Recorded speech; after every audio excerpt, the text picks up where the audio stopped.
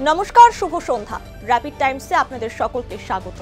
সারাদিনের সমস্ত খবর নিয়ে আমি তিয়া।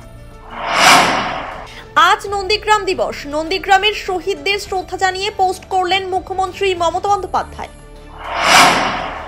দিল্লির অদূরে ফরিদাবাদ থেকে ৩০০ কিলোগ্রামের বেশি বিস্ফোরক পদার্থ উদ্ধার করল জম্মু ও কাশ্মীর পুলিশ। দিল্লিতে কি কোনো বড়সড় হামলার ছক করা হয়েছিল, উঠছে প্রশ্ন।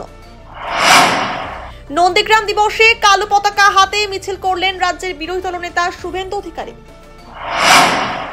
নন্দীগ্রাম দিবসে আসল পরিবর্তনের ডাক দিলেন শুভেন্দু অধিকারী। বললেন, আমরা ভুল করেছি, জনগণকে নিয়েই আমরাই আসল পরিবর্তন আনব। ফের উত্তরবঙ্গ সফরে আসলেন মুখ্যমন্ত্রী মমতা বন্দ্যোপাধ্যায়। শিলিগুড়ির উত্তরকন্যা থেকে ক্ষতিগ্রস্ত মানুষদের সহায়তা ও বিভিন্ন প্রকল্পের উদ্বোধন ও পরিষেবা প্রদান অনুষ্ঠানে যোগ দেন মুখ্যমন্ত্রী।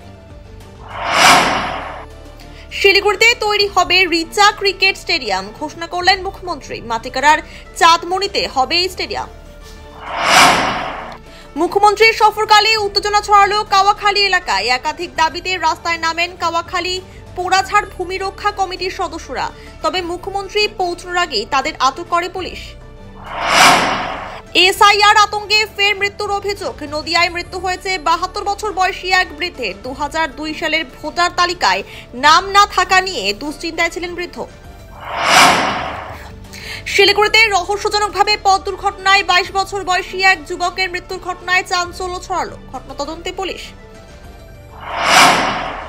বিশ্বকাপ জয়ী রিচার নামে স্টেডিয়াম করার কথা ঘোষণা করেছেন মুখ্যমন্ত্রী। সাংবাদিক বৈঠক করে মুখ্যমন্ত্রীকে নিশানা করলেন বিধায়ক শঙ্কর ঘোষ। বললেন, মুখ্যমন্ত্রী এই ঘোষণা করতে বাধ্য হয়েছেন।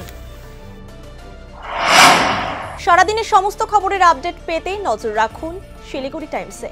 শিলিগুড়ি টাইমসের খবর আপনারা পেয়ে যাবেন শিলিগুড়ি টাইমসের ইউটিউব, এক্স হ্যান্ডেল, থ্রেডস এবং ইনস্টাগ্রাম পেজেও। সঙ্গে থাকুন, দেখতে থাকুন শিলিগুড়ি টাইমস।